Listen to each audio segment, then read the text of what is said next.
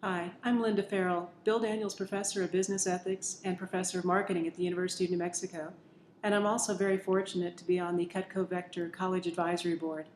As a matter of fact, I have two apologies to make. One, I was invited to be there today and had a little conflict that came up and was given the opportunity to create this podcast in lieu of that. Two, I'm a little jet lagged. We just got back from Paris last night, but we had a great experience, went to a marketing conference, had the opportunity to interact with some of the other Cutco Vector College Advisory Board members, Vicki Crittenden at Boston College, Joe Hare at Kennesaw State, and Bob Peterson at the University of Texas at Austin. So thanks so much for giving me a few minutes of your time. And what I wanted to share with you is some of the observations that I've seen over the years from both my students and the salespeople and managers that I've interacted with at Cutco Vector. First, I'd like to say I'm seeing skills in the sales force that I don't see in students, and I teach sales and marketing courses. So students I should be working with are the ones who are going to be going out and engaging in professional selling careers. But what I'm seeing from you is a greater dedication, better ability to manage your time, I would say a much stronger ability to juggle priorities because you're working in the field. Some of you may be going to school and you have other interests also. So in essence, you're doing things that are going to be as complicated as when you're out 10 or 15 years from now because of the way you're able to manage your time. I would also like to say I think that your ability to handle, you see it all the time. You get rejection. A lot of people don't handle rejection well, but you're learning how to handle that and deal with it and become a much more efficient communicator in that whole process and learning from what happened when a situation evolves where things didn't go as well as you might have hoped. Another aspect I think that is very important, I don't care if any of you are marketing majors or if any of you take a sales course, there's one thing in life you're going to sell that is the most important commodity in your life, and that's yourselves. As you move throughout your career, you're constantly selling yourself, your ideas, your insights, your creative thoughts. That's what kind of life is all about, and that's how you continue to move up the quote-unquote food chain. But from a personal experience, at a very early age, I became exposed to Cutco Vector. My oldest brother was a salesperson when he was in college, and it seemed to kind of turn his life around. I have 5 brothers and 2 sisters. I grew up on a farm in central Illinois, and my brother kind of realized he wasn't going to go into farming, that probably some of my younger brothers were. Unfortunately for now, because as I read an article in Time this week, farming is one of the most profitable professions.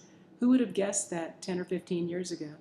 But anyway, he had a very successful career as a salesperson with Cutco Vector. But that wasn't the biggest kind of crowning event that came out of the whole experience.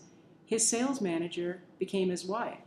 So Becky and Bruce got married down the road after their experience in working together with Cutco Vector, and she was a very successful sales manager. But the two of them today, she works in procurement for State Farm Insurance in Bloomington, Illinois, and Bruce owns a printing company. So he does printing for businesses, business forms, customized requests, and so on. And the way he operates his business is quite different than many people operate their business today. It's very hands-on, it's very face-to-face, it's pick up the phone, it's not shoot off an email, it's not text someone. He realizes the importance of relationships, the importance of commitment, the importance of keeping his word, and that's led to significant business success for him in his small entrepreneurial venture. And maybe something else I want to touch upon, I think a lot of you are getting exposure and thinking about what can you do? What are the opportunities for you down the road? Are there some opportunities to engage in some passion that you have that relates to creating a small business? Because I think a lot of the skills that you're learning right now prepare you exceptionally well to handle, run, manage, juggle priorities in your own small business. Probably one of the things I'm most impressed with in my time working with Cutco Vector has been the amount of effort that goes into helping you be successful. You're only successful if this is a mutually beneficial relationship. So coming to meetings like this, and interacting, networking, attending as many sessions as you can, finding out what is leading to success. What are some of the new techniques that are working? Right now, a lot of people are toying around with social media, trying to find out how Facebook, Twitter, and LinkedIn can help them be more successful in the field. You work in a business where a lot of what you do has historically been face-to-face. So thinking about and listening to what others are doing that supports what you've been successful with in the past and the face-to-face interaction, but can also be supported through a variety of social media. I'm conducting a study right now looking at the top 100 direct selling firms, evaluating what they're doing in the social media area. So hopefully I'll have more to report back at the SLC meeting, if not this year, early next year. And we'll have some kind of a sense of where this industry is going in terms of balancing and managing some of the new and emerging technology that supports, not mitigates or takes away in any way from what you're currently doing, but maybe makes your job a little bit more efficient, your communication a little bit easier, and can lead to greater success for you. So hoping to get back to you with more on that. But anyway, I think that what you're doing here and what you're experiencing is quite unusual.